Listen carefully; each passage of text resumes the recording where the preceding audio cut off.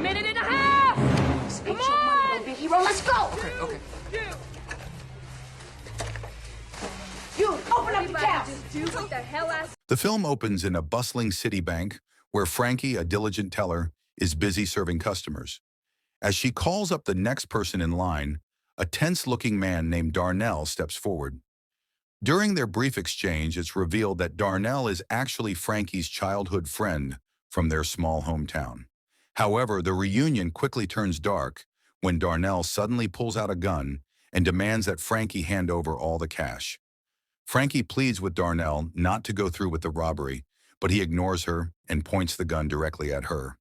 Growing increasingly agitated, Darnell orders everyone to lie on the floor as his two accomplices storm in to seize control of the bank.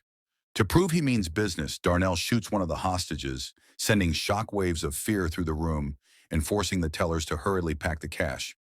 Suddenly, a security guard opens fire, hitting one of the robbers and triggering a chaotic exchange of bullets. Amid the gunfire and screams, Frankie, trembling and drenched in tears, hides in utter shock. As the robbers attempt to flee, Darnell is struck by a bullet fired by another security officer.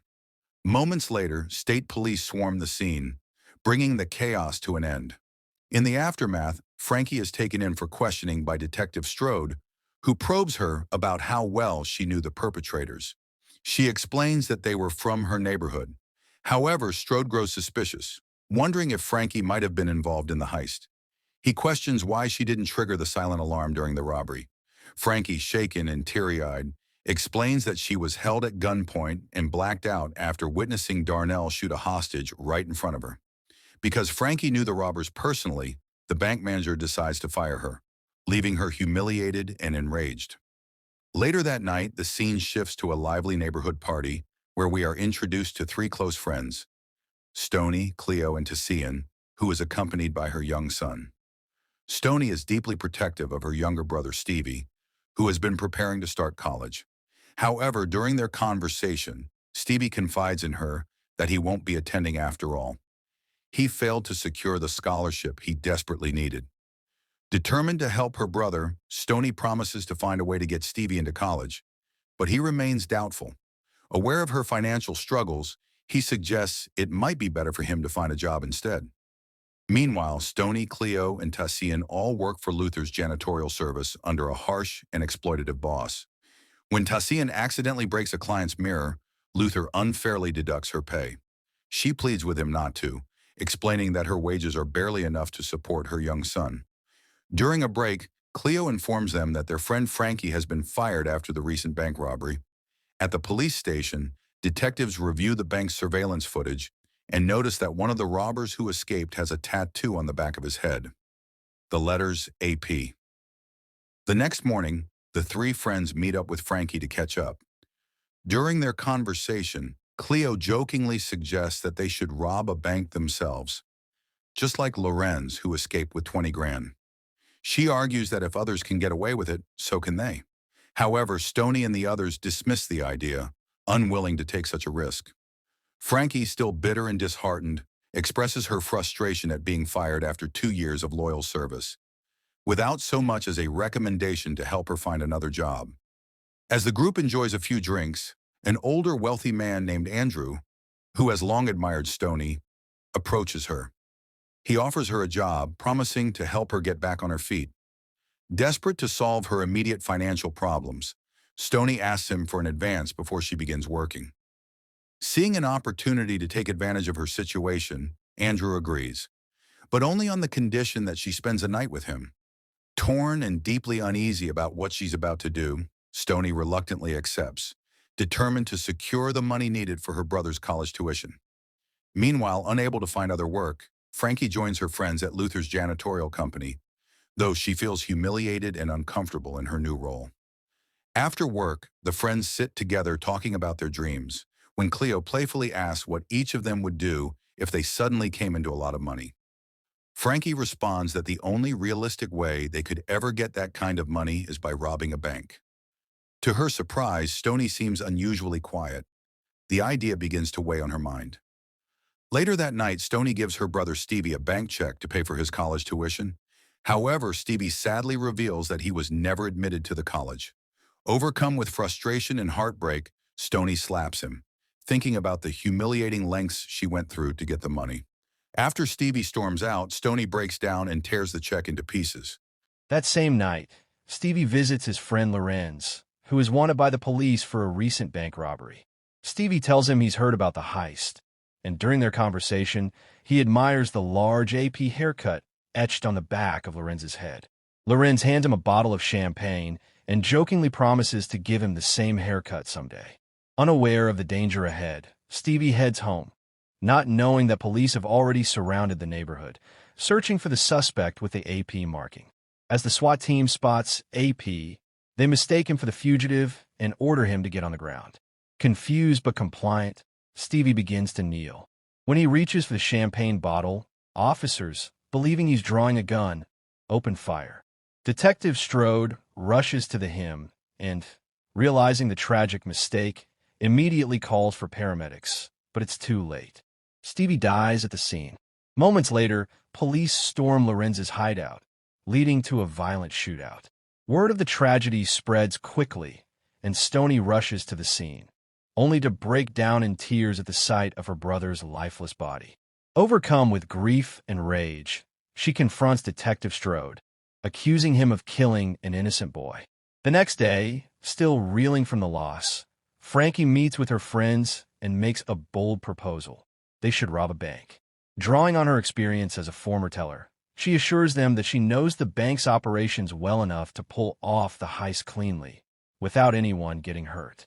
After much hesitation and emotional debate, the group finally agrees to go through with the plan. The following day, the group begins scouting the bank, carefully observing the security cameras, entrances, and possible escape routes. As part of their plan, Stoney poses as a potential customer interested in opening a new account. During the conversation, the bank manager, Keith, becomes instantly captivated by her charm and beauty. Straying from professionalism, he asks for her phone number and invites her out to dinner. That night, Frankie briefs the group on the teller's routine. The silent alarm is only armed when cash is removed from the right-hand drawer. She devises a contingency, Plan B, in which Stoney must approach the counter for only a few minutes to create the precise distraction they need. Later, the crew heads to a shooting range to practice. Cleo secures the firearms from Lorenz, promising to return them with interest. Before dawn, Cleo quietly steals a getaway car. Next morning, disguised with wigs and dark glasses, the team sets out to execute the heist. Just before the heist begins, Tizian grows nervous and insists she can't go through with it. But the others are determined to finish what they started. Masks on and guns drawn, they storm into the bank, ordering everyone to the ground. Frankie quickly begins filling the bags with cash, while Cleo provides cover, firing 2 guns with fierce precision. Moving swiftly and staying on schedule, the crew makes their escape without casualties. Back at their warehouse hideout, a trembling but relieved Tizian reunites with the group. Overjoyed, Frankie proudly announces that they pulled off the job in just 60 seconds, escaping with over $12,000. The team cheers as they stack the money into neat bundles, realizing they've done the impossible. Frankie, still frustrated by Tizian's hesitation during the heist, argues that she doesn't deserve a share of the money. However, Cleo and Stoney defend her, reminding Frankie that Tizian was part of the team from start.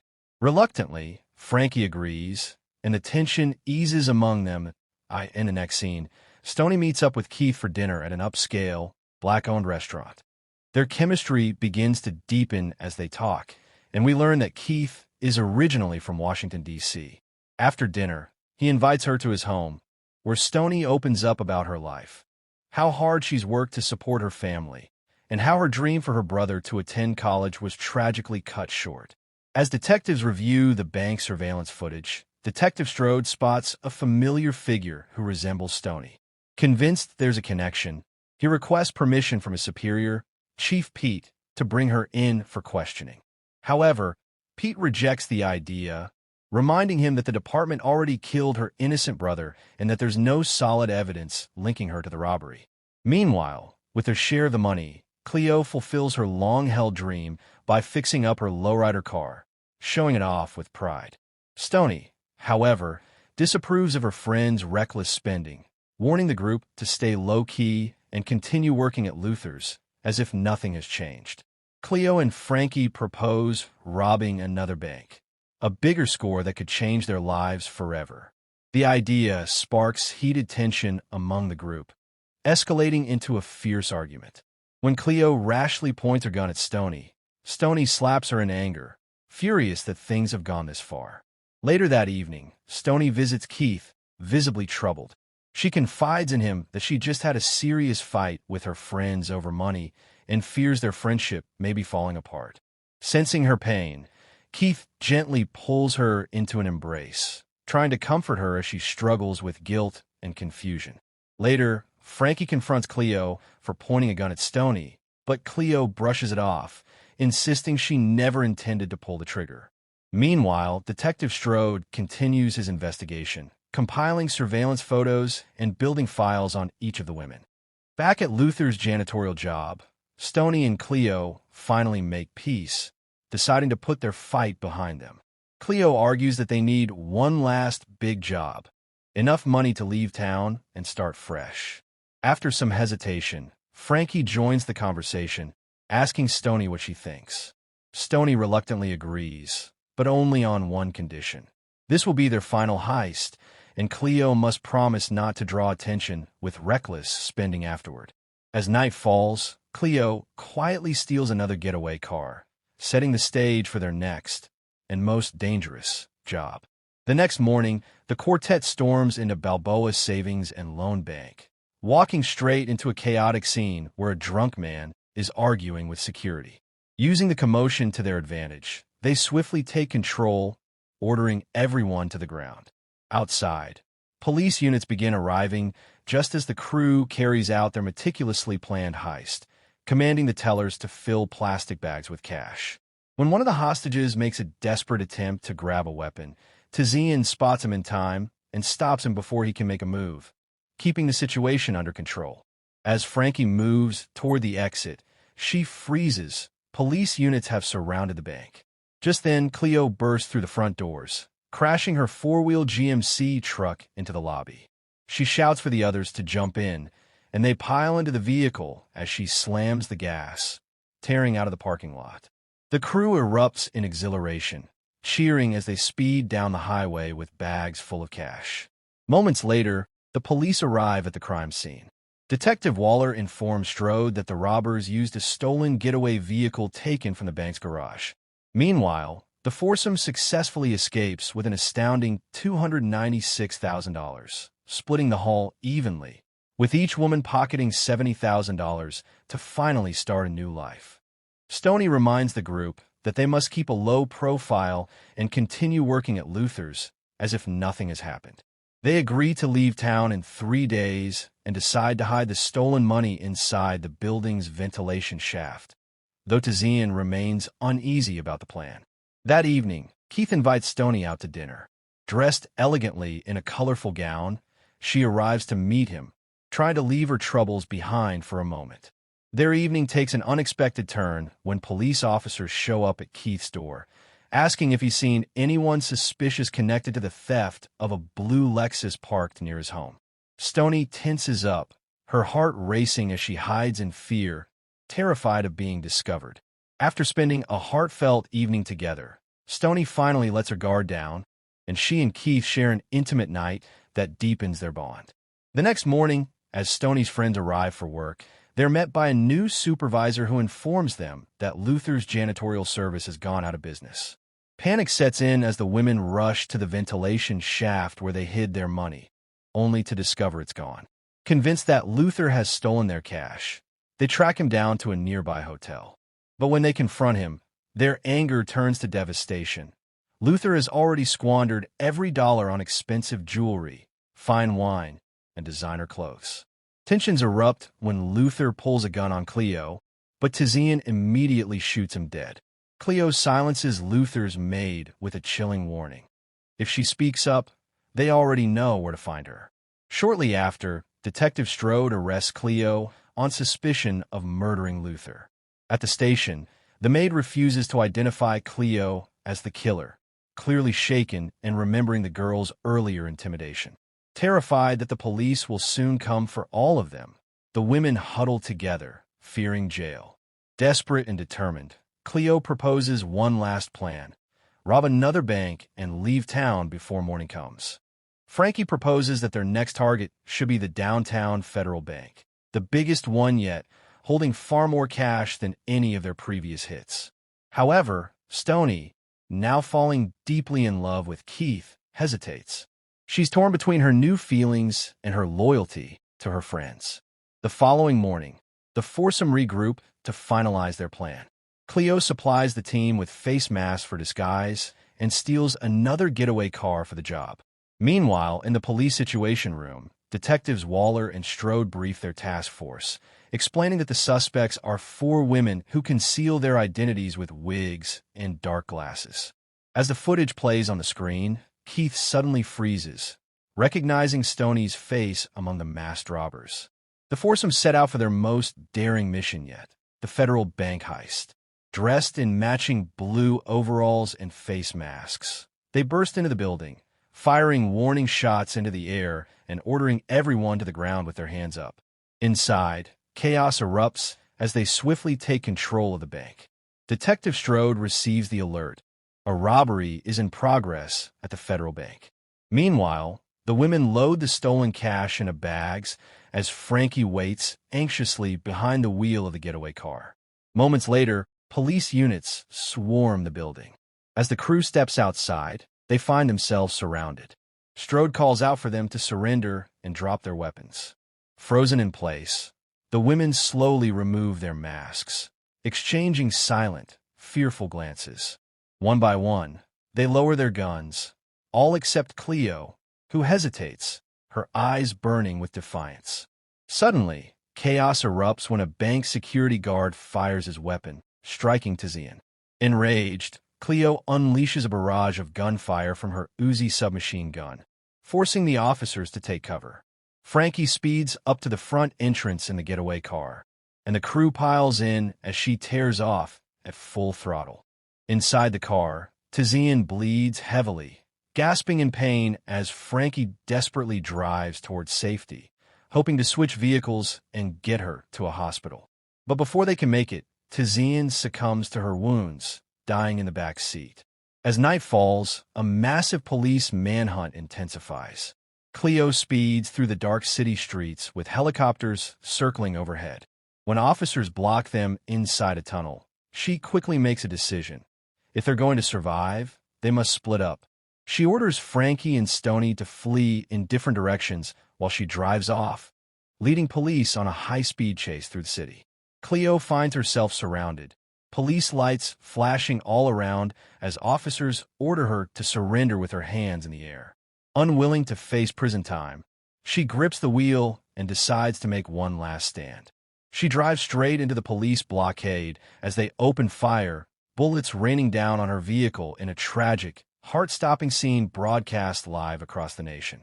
Meanwhile, Stoney manages to slip away unnoticed, boarding a nearby bus. Frankie isn't as lucky, trapped and surrounded by police. Detective Strode tries to reason with her, telling her that Cleo and Tizian are already dead and urging her to surrender to save herself. Refusing to give up, Frankie points her gun at him before making a desperate run for the bus. Snipers take the shot, bringing her down as Stoney watches helplessly from her seat, tears streaming down her face. Detective Strode spots Stoney on the bus, but chooses not to expose her, silently allowing her to escape, knowing she still blames him for her brother Stevie's death. Stoney, overwhelmed by grief, breaks down in tears as she remembers the joyful times she shared with her friends. Determined to start anew, she changes her appearance, gathers the remaining cash, and calls Keith to let him know she's safe. With a final look back, Stoney drives off into the horizon, ready to begin a new chapter of her life.